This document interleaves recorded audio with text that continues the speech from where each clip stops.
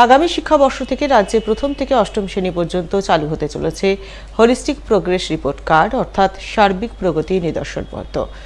তাই এই নতুন মূল্যায়ন প্রক্রিয়া সম্পর্কে প্রাথমিক শিক্ষক শিক্ষিকাদের অবগত করতে বৃহস্পতিবার মালদায় হয়ে গেল বিশেষ প্রশিক্ষণ শিবির। জেলা প্রাথমিক শিক্ষা দপ্তরের পক্ষ থেকে এদিন এই প্রশিক্ষণ শিবির আয়োজন করা হয় মালদা কলেজ অডিটোরিয়ামের দুর্গা কিঙ্কর সদনে। উপস্থিত ছিলেন জেলা প্রাথমিক বিদ্যালয় সংসদ সভাপতি বাসন্তী বর্মন, জেলা প্রাথমিক বিদ্যালয় পরিদর্শক সুজিত সামন্ত সহ অন্যান্যরা। এদিন তাদের উপস্থিতিতেই দুধাপে জেলার প্রায় 10,000 প্রাথমিক শিক্ষক শিক্ষিকা এবং বিদ্যালয় পরিদর্শকদের হলিস্টিক প্রোগ্রেস রিপোর্ট কার্ড প্রক্রিয়া সম্পর্কে বিশদে প্রশিক্ষণ দেওয়া হয়। পড়ুয়াদের বিভিন্ন বিষয়ের দক্ষতা, তাদের মনোভাব, ব্যতিক্রমী দক্ষতা ইত্যাদিকে ভিত্তি করে কিভাবে নতুন মূল্যায়ন প্রক্রিয়া কার্যকর করতে হবে সেই বিষয়ে হাতে কলমে প্রশিক্ষণ প্রদানের ছবি নজরে আসে।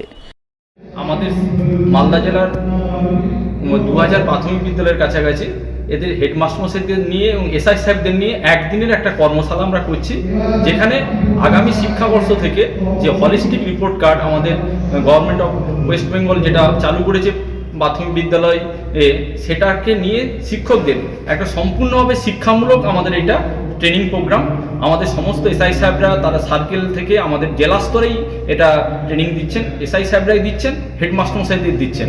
এর মাধ্যমে আগামী শিক্ষাবর্ষে ছাত্রদের যে বিভিন্ন সাবজেক্টের যে মূল্যায়ন করা হচ্ছে তার পাশাপাশি তার আচরণগত যে পরিবর্তন, কোন বিষয়ে তার আগ্রহ, কোন বিষয়ে কম আগ্রহ, তার সামাজিক অনুভূতি, এই সম্পূর্ণ আমাদের 4 পাতা রিপোর্ট কার্ডে থাকবে।